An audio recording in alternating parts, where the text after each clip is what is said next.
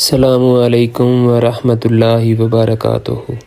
میں ہوں انجینئر محمد طیب، اپنے ڈیجیٹل چینل پر آپ کو خوش آمدید کہتا ہوں۔ آپ سے گزارش ہے کہ آپ ہمارے اس چینل کو سبسکرائب کر کے گھنٹی کے بٹن کو پریس کر لیجئے تاکہ آپ کو ہماری آنے والی ویڈیو کی اطلاع بر وقت مل سکے، اور اگر آپ کو ہماری یہ ویڈیو پسند آئے تو ویڈیو کو لائک کیجئے۔ یہ ویڈیو بھی اسی سیریز کا تسلسل ہے جو ہم نے مولانا مودودی صاحب کی کتاب خلافت و ملوکیت کو ڈیجیٹل فارم میں کنورٹ کرنے کا جو سلسلہ شروع کیا تھا، اسی کے سلسلے میں ہے۔ ہم نے پچھلی 2 ویڈیوز کے اندر باب اول کی قرآن کی سیاسی تعلیمات کے اندر پہلے 9 جز کو ڈیجیٹل فارم میں لے کر آئے تھے۔ آج ہم اس کے جز نمبر 10 جو کہ شورا ہے اس کو ڈسکس کریں گے۔ جز شورا کے اندر مولانا صاحب جن آیات کو لے کر آئے ہیں، چلیے ان کو ڈسکس کرتے ہیں۔ اس ریاست کا پورا کام اس کی تاسیس، تشکیل سے لے کر رئیس مملکت اور اولیاء الامر کے انتخاب اور تشریعی و انتظامی معاملات تک اہل ایمان کے باہمی مشورے سے چلنا چاہیے، قطع نظر اس سے کہ یہ مشاورت بلا واسطہ ہو یا منتخب نمائندوں کے ذریعے ہو۔ سورہ شورا آیت نمبر 38۔ اور مسلمانوں کا کام آپس کے مشورے سے چلتا ہے۔ جز نمبر 11، اولیاء الامر کی صفات۔ اس ریاست کا نظام چلانے کے لیے اولیاء الامر کے انتخاب میں جن امور کو ملحوظ خاص رکھنا چاہیے وہ یہ ہیں: اول، وہ ان اصولوں کو مانتے ہوں جن کے مطابق خلافت کا نظام چلانے کی ذمہ داری ان کے سپرد کی جا رہی ہے، اس لیے کہ ایک نظام کو چلانے کی ذمہ داری اس کے اصولی مخالفین پر نہیں ڈالی جا سکتی۔ سورۃ النساء آیت نمبر 59، جس کا ترجمہ کچھ یوں ہے: اے لوگو جو ایمان لائے ہو، اطاعت کرو اللہ کی اور اطاعت کرو رسول کی اور ان لوگوں کی جو تم میں اولیاء الامر ہوں۔ سورۃ آل عمران آیت نمبر 118، اے لوگو جو ایمان لائے ہو، اپنے سوا دوسروں کو شریک راز نہ بناؤ۔ سورۃ التوبہ آیت نمبر 3، کیا تم نے یہ سمجھ رکھا ہے کہ تمہیں چھوڑ دیا جائے گا، حالانکہ ابھی اللہ نے یہ تو دیکھا ہی نہیں کہ تم میں سے کون وہ لوگ ہیں جنہوں نے جہاد کیا۔ اللہ اور رسول صلی اللہ علیہ وآلہ وسلم اور اہل ایمان کے سوا کسی کو اپنے معاملات میں دخیل نہیں بنایا، جز بے یہ کہ وہ ظالم، فاسق و فاجر، خدا سے غافل اور حد سے گزر جانے والے نہ ہوں، بلکہ ایماندار، خدا ترس اور نیکوکار ہوں۔ کوئی ظالم یا فاسق اگر امارات یا امامت کے منصب پر قابض ہو جائے تو اس کی امارت اسلام کی نگاہ میں باطل ہے۔ سورۃ البقرہ آیت نمبر 124۔ اور بات کرو جب ابراہیم علیہ السلام کو اس کے رب نے چند باتوں میں آزمایا اور اس نے پوری کر دی تو رب نے فرمایا میں تجھے لوگوں کا امام بنانے والا ہوں۔ تشریح کچھ یوں ہے کہ ایک شخص کا بتانا ولیجہ وہ ہے جو اس کا مخصوص دوست اور چیدہ ساتھی ہو، جس پر اعتماد کر کے وہ اپنے اہم معاملات میں اس کی طرف رجوع کرتا ہو۔ اصل میں لفظ ولیجہ استعمال ہوا ہے جس کی ایک تشریح اوپر الزمخشری کے حوالے سے گزر چکی ہے۔ دوسری تشریح الراغب اصفہانی نے کی ہے کہ ولیجہ ہر وہ شخص ہے جس کو انسان اپنا معتمد بنائے جبکہ وہ اس کے اپنے لوگوں میں سے نہ ہو۔ یہ عرب کے اس محاورے سے ماخوذ ہے، یعنی فلاں شخص اس قوم میں گھسا ہوا ہے اور وہ اتحاد لے کر وہ ان میں سے نہیں ہے۔ ابراہیم علیہ السلام نے کہا میری اولاد میں سے بھی، فرمایا میرے عہد ظالموں کو نہیں پہنچتا۔ سورۃ الصا آیت نمبر 28، کیا ہم لوگوں کو جو ایمان لائے ہیں جنہوں نے نیک عمل کیے ہیں ان لوگوں کی طرح کر دیں جو زمین میں فساد کرتے ہیں؟ کیا ہم پرہیزگاروں کو فاجروں کی طرح کر دیں؟ سورۃ الکہف آیت نمبر 28، اور تو اطاعت نہ کر کسی ایسے شخص کی جس کے دل کو ہم نے اپنی یاد سے غافل کر دیا، اور جس نے اپنی خواہش نفس کی پیروی اختیار کی ہے، جس کا کام حد سے گزرا ہوا ہے۔ مشہور حنفی فقیہ ابو بکر الجسام اس آیت کی تشریح کرتے ہوئے یہ فرماتے ہیں کہ اگرچہ لغت میں امام سے مراد ہر وہ شخص ہے جس کی پیروی کی جائے، وہ حق میں ہو یا باطل، لیکن اس آیت میں امام سے مراد صرف وہ شخص ہے جو اتباع کا مستحق ہو اور جس کی پیروی لازم ہو، لہٰذا اس اعتبار سے امامت کے اعلیٰ مرتبے پر انبیاء علیہ السلام ہیں، پھر راستر و خلفاء، پھر صالح علماء اور قاضی۔ اس کے بعد وہ لکھتے ہیں کہ پس کوئی ظالم نہ تو نبی ہو سکتا ہے نہ ہی یہ جائز ہے وہ نبی کا خلیفہ یا قاضی یا ایسا عہدہ دار ہو جس کی بات کا ماننا امور دین میں لازم ہو۔ اس آیت کی دلالت سے ثابت ہوتا ہے کہ فاسق کی امامت باطل ہے اور وہ خلیفہ نہیں ہو سکتا۔ اگر وہ اپنے آپ کو اس منصب پر مسلط کر دے تو لوگوں پر اس کا اتباع اور اس کی اطاعت لازم نہیں ہے۔ سورۃ الشعراء آیت نمبر 151 152، اور اطاعت نہ کر اس حسد سے گزر جانے والوں کی جو زمین میں فساد کرتے ہیں اور اصلاح نہیں کرتے۔ سورۃ حجرات آیت نمبر 13، تم میں سے سب سے زیادہ معزز اللہ کے نزدیک وہ ہیں جو زیادہ پرہیزگار ہیں، وہ نادان اور جاہل نہ ہوں بلکہ ذی علم، دانا اور معاملہ فہم ہوں، اور کاروبار خلافت کو چلانے کے لیے کافی ذہنی اور جسمانی اہلیت رکھتے ہوں۔ سورۃ النساء آیت نمبر 5، اپنے احوال جنہیں اللہ نے تمہارے لیے ذریعہ مقام بنایا ہے نادان لوگوں کے حوالے نہ کرو۔ سورۃ البقرہ آیت نمبر 247، بنی اسرائیل نے کہا اس کو یعنی طالوت کو ہم پر حکومت کا حق کہاں سے حاصل ہو گیا، حالانکہ ہم اس کی بنسبت بادشاہیت کے زیادہ حقدار ہیں۔ اسے مال میں کوئی کشادگی نہیں دی گئی۔ نبی نے کہا اللہ نے اسے تمہارے مقابلے میں برگزید کیا ہے اور اسے علم و جسم میں کشادگی دی ہے۔ سورۃ الصاع آیت نمبر 20، اور داؤد کی بادشاہی کو ہم نے مضبوط کیا اور اس حکمت اور فیصلہ کن بات کرنے کی صلاحیت دی۔ سورۃ یوسف آیت نمبر 55، یوسف علیہ السلام نے کہا کہ مجھے زمین کے خزانوں پر مقرر کر دے، میں حفاظت کرنے والا اور باخبر ہوں۔ سورۃ النساء آیت نمبر 83، پر اگر یہ لوگ افواہیں اڑانے کی بجائے اس خبر کو رسول صلی اللہ علیہ وآلہ وسلم تک اور ان کے لوگوں تک پہنچاتے جو ان میں سے اولیاء الامر ہیں، تو وہ ایسے لوگوں کے علم میں آ جاتی جو ان کے درمیان بات کی تہ تک پہنچ جاتے ہیں۔ سورۃ الرعد آیت نمبر 9، کہو کیا وہ لوگ جو علم رکھتے ہیں اور جو علم نہیں رکھتے برابر ہو سکتے ہیں؟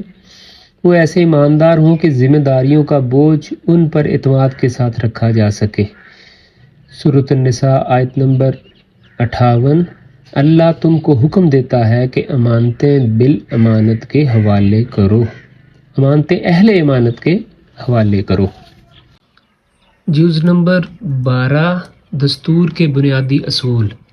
اس ریاست کا دستور جن بنیادی اصولوں پر قائم ہوگا وہ یہ ہیں۔ سورۃ النساء آیت نمبر 59 کا ترجمہ، اے لوگو جو ایمان لائے ہو، اطاعت کرو اللہ کی اور اطاعت کرو رسول کی اور ان لوگوں کی جو تم میں سے اولیاء الامر ہوں۔ پھر اگر تمہارے درمیان کسی معاملہ میں نزاع ہو جائے تو اسے اللہ اور اس کے رسول کی طرف پھیر دو، اگر تم اللہ اور روز آخر پر ایمان رکھتے ہو۔ یہ آیت 6 دستوری نکات کو واضح کرتی ہے۔ نمبر 1، اللہ اور رسول کی اطاعت کا ہر اطاعت پر مقدم ہونا۔ 2، اولیاء الامر کی اطاعت کا اللہ اور رسول صلی اللہ علیہ وآلہ وسلم کی اطاعت کے تحت ہونا۔ نمبر 3، یہ کہ اولیاء الامر اہل ایمان میں سے ہوں۔ نمبر 4، یہ کہ لوگوں کو حکام اور حکومت سے نزاع کا حق ہے۔ نمبر 5، یہ کہ نزاع کی صورت میں آخری فیصلہ کن سند خدا اور رسول صلی اللہ علیہ وآلہ وسلم کا قانون ہے۔ نمبر 6 یہ کہ نظام خلافت میں ایک ایسا ادارہ ہونا چاہیے جو اولیاء الامر اور عوام کے دباؤ سے آزاد رہ کر اس بالا تر قانون کے مطابق جملہ نزاعات کا فیصلہ دے۔ منتظمہ یعنی ایگزیکٹو کے اختیارات لازماً حدود اللہ سے محدود اور خدا اور رسول صلی اللہ علیہ وآلہ وسلم کے قانون سے محصور ہوں گے، جس سے تجاوز کر کے وہ نہ کوئی ایسی پالیسی اختیار کر سکتی ہے، نہ کوئی ایسا حکم دے سکتی ہے جو معیشت کی تعریف میں آتا ہو، کیونکہ وہ اس آئینی دائرے سے باہر جا کر اسے اطاعت کے مطالبہ کا حق ہی نہیں پہنچتا۔ اس کے متعلق قرآن پاک کے واضح احکام ہیں اور جو ہم نے اوپر پیراگراف نمبر 3، 5 اور 9 میں بیان کر چکے۔ علاوہ بر یہ منتظمہ لازماً شورا یعنی انتخاب کے ذریعے سے وجود میں آنی چاہیے۔ اسے شورا یعنی باہمی مشاورت ہی کے ساتھ کام کرنا چاہیے، جیسا کہ پیراگراف نمبر 10 میں بیان کیا جا چکا۔ لیکن انتخاب اور مشاورت دونوں کے متعلق قرآن قطعی اور متعین صورتیں مقرر نہیں کرتا، بلکہ ایک وسیع اصول قائم کر کے اس پر عمل درآمد کی صورتوں کو مختلف زمانوں میں معاشرے کے حالات اور ضروریات کے مطابق طے کرنے کے لیے کھلا چھوڑ دیتا ہے۔ لیجسلیٹر لازماً ایک شورا حیت ہونی چاہیے، جیسا کہ پیراگراف نمبر 10 میں بیان کیا، لیکن اس کے اختیارات قانون سازی بہرحال اس حدود سے محدود ہوں گے جو پیراگراف نمبر 3 اور 5 میں بیان کیے تھے۔ جہاں تک ان امور کا تعلق ہے جن میں خدا اور رسول نے واضح احکام دیے ہیں یا خدا اور رسول مقرر کیے ہیں، یہ مکنہ اس کی تعبیر تشریح کر سکتی ہے، ان پر عمل درآمد کے لیے ضمنی قواعد اور ضابطہ کاروائی تجویز کر سکتی ہے، مگر ان میں رد و بدل نہیں کر سکتی۔ رہے وہ امور جن کے لیے بالاتر قانون ساز نے کوئی قطعی احکام نہیں دیے ہیں، نہ حدود اور اصول متعین کیے ہیں، ان میں اسلام کی اسپرٹ اور اس کے اصول عامہ کے مطابق مقننہ ہر ضرورت کے لیے قانون سازی کر سکتی ہے۔ یہاں جو مقننہ لفظ استعمال ہوا ہے یہ بیسیکلی لیجسلیٹر یعنی کہ جو قانون سازی کرتے ہیں ان کے لیے استعمال ہوا ہے، کیونکہ اس کے بارے میں کوئی حکم نہ ہوتا ہے، نہ ہی بات کی دلیل ہے کہ شارع نے ان کو اہل ایمان کے ثوابدید پر چھوڑ دیا ہے۔ عدلیہ ہر طرح کی مداخلت اور دباؤ سے آزاد ہونی چاہیے تاکہ وہ عوام اور حکام سب کے مقابلہ میں قانون کے مطابق بے لاگ فیصلہ دے سکے۔ اسے لازماً حدود کا پابند رہنا ہوگا جو کہ پیراگراف نمبر 3 اور 5 میں بیان ہوا، اور اس کا فرض ہوگا کہ اپنی اور دوسروں کی خواہشات سے متاثر ہوئے بغیر ٹھیک ٹھاک حق اور انصاف کے مطابق معاملات کے فیصلے کریں۔ سورۃ المائدہ آیت نمبر 28 ان کے درمیان اللہ کے نازل کردہ قانون کے مطابق فیصلہ کر اور ان کی خواہشات کی پیروی نہ کر۔ سورۃ السواء آیت نمبر 26 اور اپنی خواہش نفس کی پیروی نہ کر، وہ خدا کے راستے سے تجھے بھٹکا لے جائے گا۔ سورۃ النساء آیت نمبر 58 جب لوگوں کے درمیان فیصلہ کرو تو عدل کے ساتھ کرو۔ جز نمبر 13 ریاست کا مقصد۔ اس ریاست کے 2 بڑے مقاصد کے لیے کام کرنا چاہیے۔ اول یہ کہ انسانی زندگی میں عدل قائم ہو اور ظلم کا وجود ختم ہو جائے۔ سورۃ الحدید آیت نمبر 25 ہم نے اپنے رسولوں کو واضح ہدایت کے ساتھ بھیجا اور ان کے ساتھ کتاب اور میزان نازل کی تاکہ لوگ انصاف پر قائم ہوں۔ ہم نے لوہا نازل کیا جس میں سخت قوت اور لوگوں کے لیے منافع ہے۔ دوسرے یہ کہ حکومت کی طاقت اور وسائل سے اقامت صلاۃ اور اعطاء زکوٰۃ کا نظام قائم کیا جائے جو اسلامی زندگی کا ستون ہے۔ بھلائی اور نیکی کو ترقی دی جائے جو دنیا میں اسلام کے آنے کا اصل مقصود ہے۔ برائی کو دبایا جائے جو کہ اللہ کو سب سے زیادہ مبغوض ہے۔ آیت نمبر 41 سورۃ الحج یہ وہ لوگ ہیں اگر ہم انہیں زمین میں اقتدار دیں تو یہ نماز قائم کریں گے، زکوٰۃ دیں گے، نیکی کا حکم دیں گے اور بدی سے روکیں گے۔ آیت نمبر 41 سورۃ الحج یہ وہ لوگ ہیں اگر ہم انہیں زمین میں اقتدار دیں تو یہ نماز قائم کریں گے، زکوٰۃ دیں گے، نیکی کا حکم دیں گے اور بدی سے روکیں گے۔ جز نمبر 14 بنیادی حقوق۔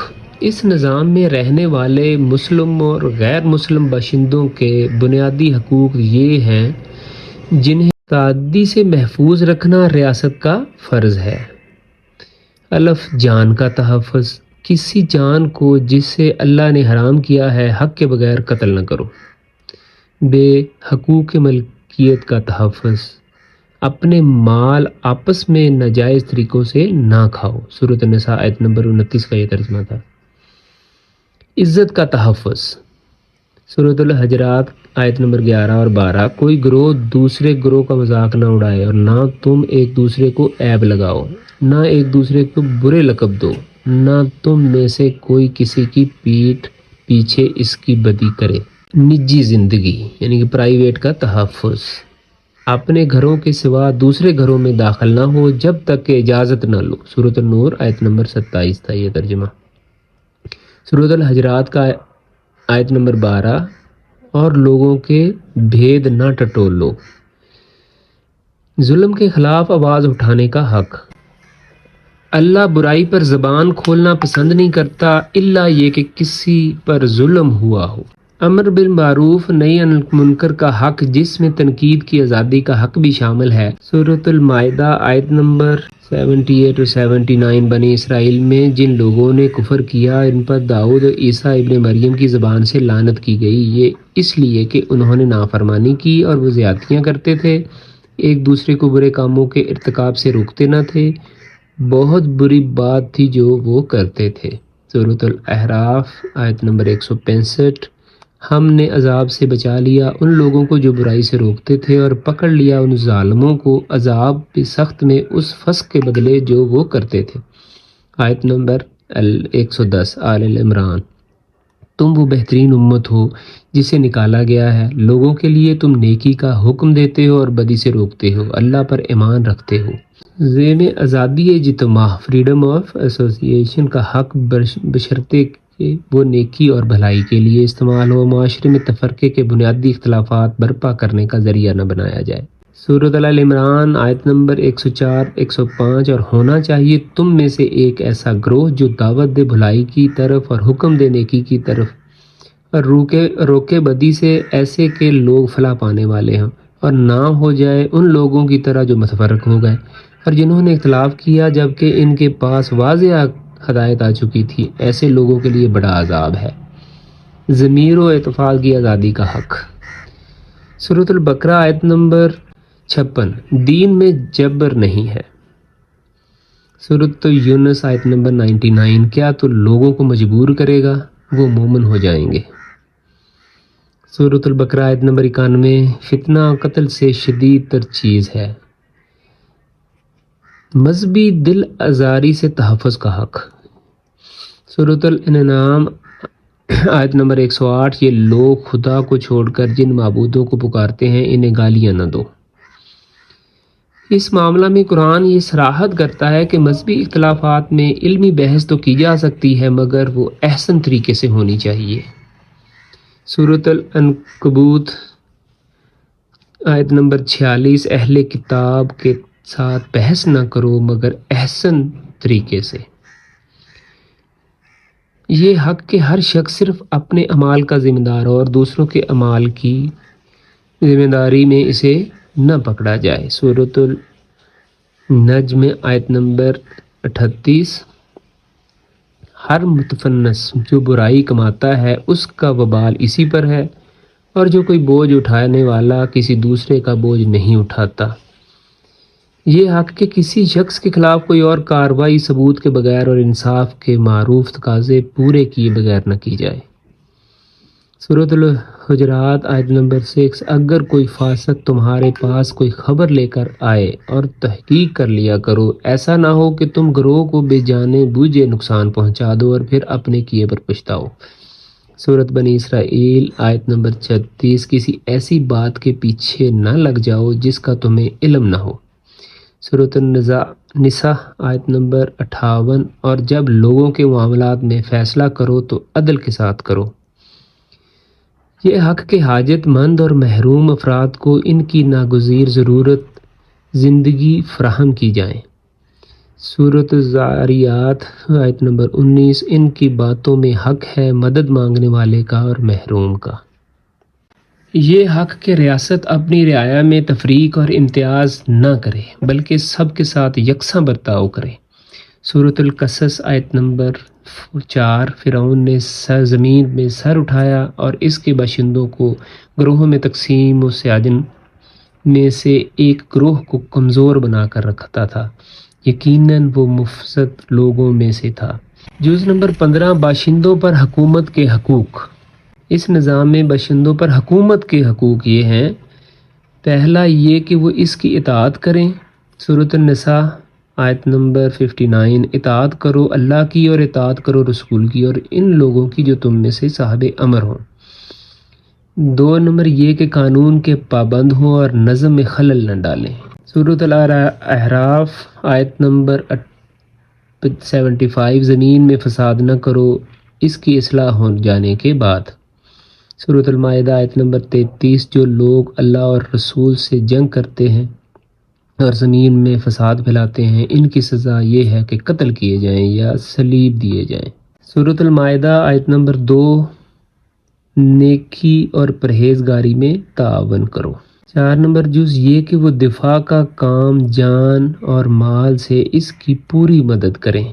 سورۃ التوبہ آیت نمبر 38 سے 41 کا ترجمہ۔ تمہیں کیا ہو گیا کہ جب تم کو خدا کی راہ میں نکلنے کے لیے کہا جاتا ہے تم زمین پر جم کر بیٹھ جاتے ہو؟ اگر تم نہ نکلو گے تو اللہ تمہیں اور دردناک سزا دے گا، تمہاری جگہ کوئی اور دوسری قوم لے آئے گا اور تم اس کا کچھ نہ بگاڑ سکو گے۔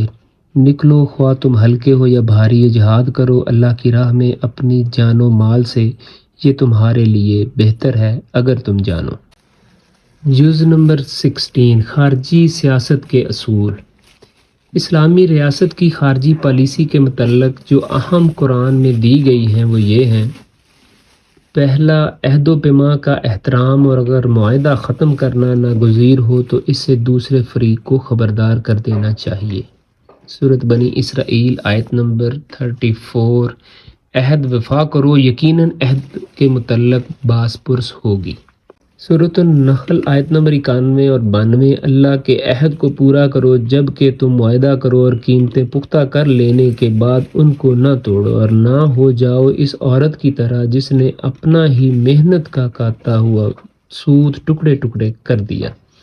تم اپنی قسموں کو اپنے درمیان مکروہ و فریب کا ذریعہ بناتے ہو تاکہ ایک قوم دوسری قوم سے زیادہ فائدہ حاصل کرے۔ اللہ اس چیز کے ذریعے سے تم کو آزمائش میں ڈالتا ہے اور ضرور وہ قیامت کے روز تمہارے اختلافات کی حقیقت کھول دے گا۔ سورۃ التوبہ آیت نمبر 7۔ جب تک دوسرے فریق کے لوگ تمہارے ساتھ عہد پر قائم رہیں تم بھی قائم رہو، یقیناً اللہ پرہیزگاروں کو پسند کرتا ہے۔ سورۃ التوبہ آیت نمبر 4۔ مشرکین میں سے جن لوگوں کے ساتھ تم نے معاہدہ کیا پھر انہوں نے تمہارے ساتھ وفا کرنے میں کوئی کمی نہ کی، نہ تمہارے خلاف کسی کی مدد کی، تو ان کے عہد کو معاہدے کی مدت تک پورا کرو۔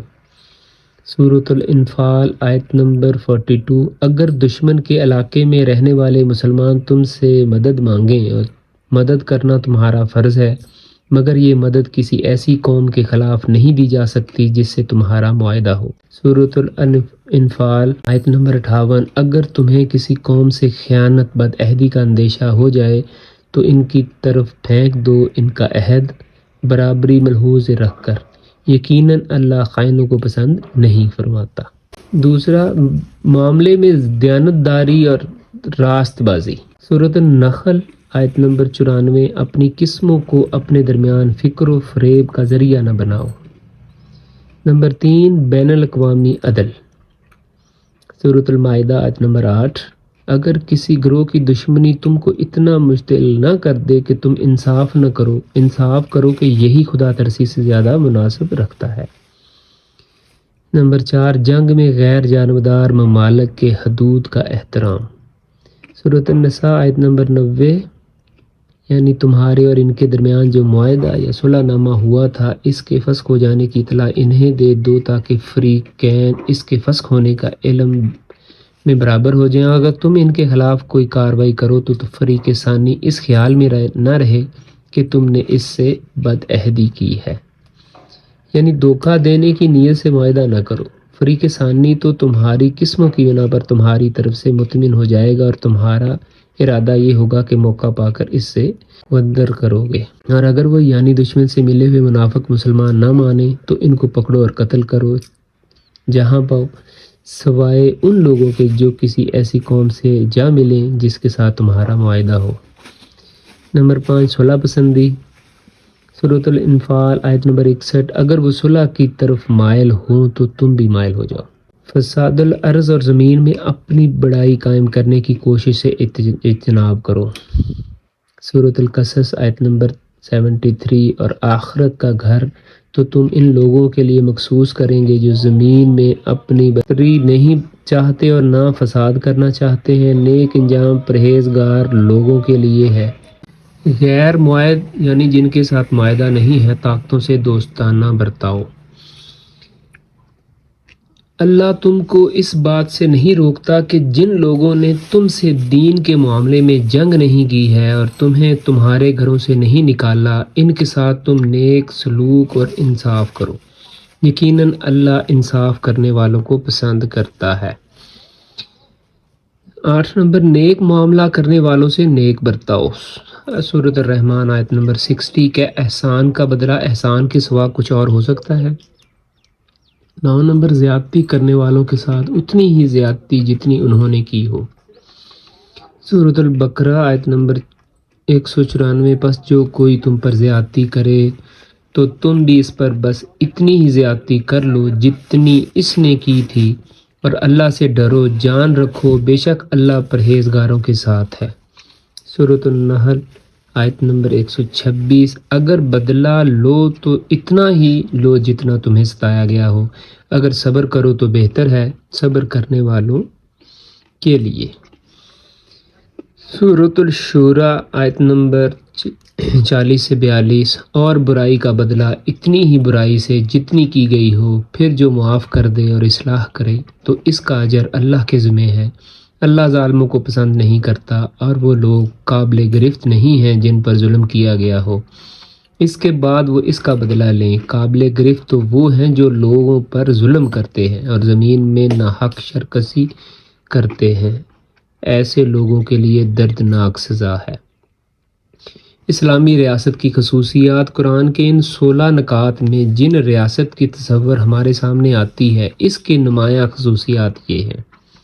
نمبر 1، ایک آزاد قوم کی طرف سے یہ شعوری عہد اس ریاست کو وجود میں لاتا ہے کہ وہ پوری خود مختاری کے مالک ہوتے ہوئے اپنی مرضی سے خود رب العالمین کے آگے سر تسلیم خم کر دے گی، اور اس کے ماتحت حاکمیت کی بجائے خلافت کی حیثیت قبول کر کے ان ہدایات اور احکامات کے مطابق کام کرے گی جو اس نے اپنی کتاب اور اپنے رسول کے ذریعے سے عطا کیے ہیں۔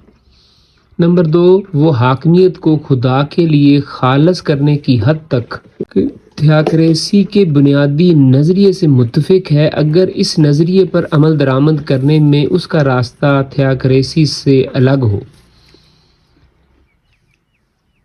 اس کا راستہ تھیوکریسی سے الگ ہو جاتا ہے۔ مذہبی پیشواؤں کے کسی خاص طبقے کو خدا کی خصوصی خلافت کا حامل ٹھہرانے اور حل و عقد کے سارے اختیارات اس طبقے کے حوالے کر دینے کی بجائے وہ حدود ریاست میں رہنے والے تمام اہل ایمان کو، جنہوں نے رب العالمین کے آگے سر تسلیم خم کرنے کا شعوری عہد کیا ہے، خدا کی خلافت کا حامل قرار دیتی ہے، اور حل و عقد کے آخری اختیارات مجموعی طور پر ان کے حوالے کرتی ہے۔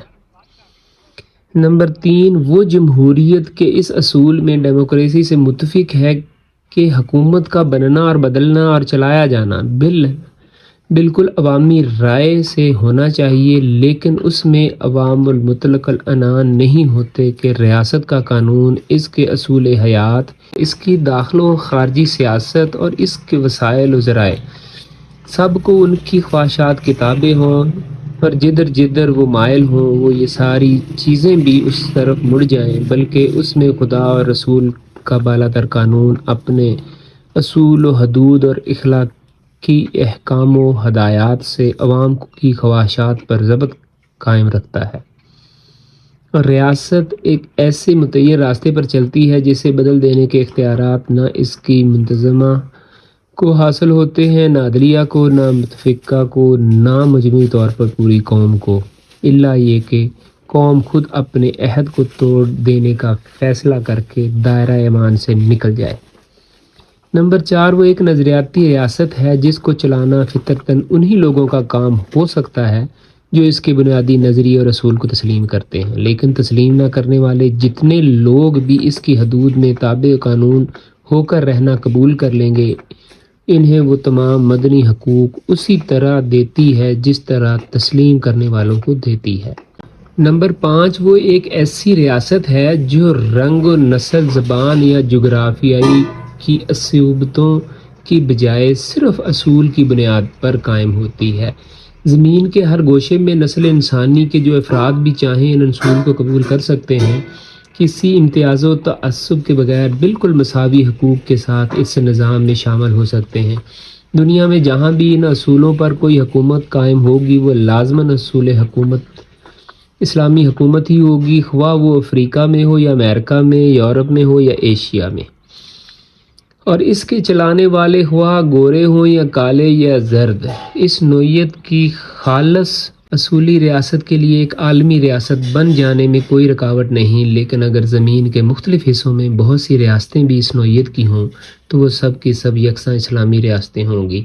کسی قوم پر متانہ کشمش کی بجائے اس کے درمیان پورا ہر بردانہ تعاون ممکن ہوگا، کسی وقت بھی وہ متفق ہو کر اپنا ایک عالم و گیر وفاق قائم کر سکیں گے۔ 6، سیاست کو مفاد اور اغراض کی بجائے اخلاق کے تابع کرنا، اسے خدا ترسی و پرہیزگاری کے ساتھ چلانا اس ریاست کے اصول روح ہے۔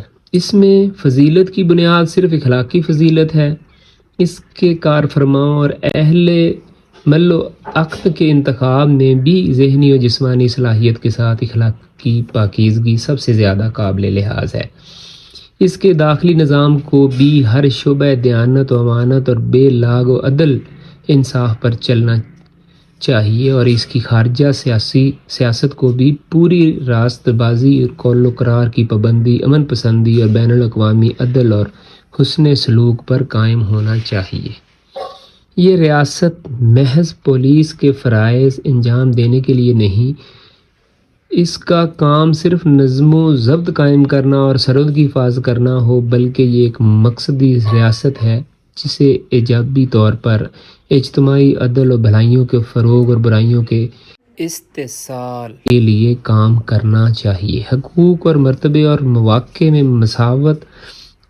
مساوات، قانون کی فرما روئی، نیکی میں تعاون، بدی میں عدم تعاون، خدا کے سامنے ذمہ داری کا احساس، حق سے بڑھ کر فرض کا شعور، افراد اور معاشرے میں ریاست سب کا ایک مقصد پر متفق ہونا، اور معاشرے میں کسی شخص کو ناگزیر لوازم حیات سے محروم نہ رہنے دینا، یہ اس ریاست کے بنیادی قدرے ہیں۔ 9 نمبر، فرد اور ریاست کے درمیان اس نظام میں ایسا توازن قائم کیا گیا ہے کہ نہ ریاست مختار مطلق اور ہماگیر اقتدار کی مالک بن کر فرد کو اپنا بے بس مملوک بنا سکتی ہے، اور نہ فرد بے قید آزادی پا کر خود سر و اجتماعی مفاد کا دشمن بن سکتا ہے۔ اس میں ایک طرف افراد کی بنیادی حقوق دے کر اور حکومت کو بالا تر قانون اور شورا کا پابند بنا کر انفرادی شخصیت کے لیے نشو و نما کے پورے مواقع فراہم کیے گئے ہیں۔ اقتدار کی بیجا مداخلت سے اس کو محفوظ کر دیا گیا ہے، مگر دوسری طرف فرد کو بھی ضابطہ اخلاق میں کسا گیا ہے۔ اس پر یہ فرض عائد کیا گیا ہے کہ قانون خداوندی کے مطابق کام کرنے والی حکومت کے دل سے اطاعت کرنا، بھلائی میں اس کے ساتھ مکمل تعاون کرنا، اس کے نظام میں خلل ڈالنے سے باز رہے، اس کی حفاظت کے لیے جان و مال کی کسی قربانی سے دریغ نہ کرے۔ یہاں باب اول کا اختتام ہوتا ہے۔ باب دوم جو اسلام کے اصول حکمرانی پر ہے، جس کو ہم اپنی اگلی ویڈیو کے اندر لے کر آئیں گے۔ اب ہم آپ سے یہاں اجازت چاہیں گے، جاتے جاتے آپ سے ایک بار پھر گزارش کریں گے کہ ہمارے اس چینل کو سبسکرائب کیجئے، بیل آئیکن کو پریس کر دیجئے تاکہ آپ کو ہماری آنے والی ویڈیو کی اطلاع بر وقت مل سکے، اور ویڈیو اگر اچھی لگے تو اس کو لائک کیجئے۔ ہم آپ سے اجازت چاہیں گے۔ اللہ نگہبان۔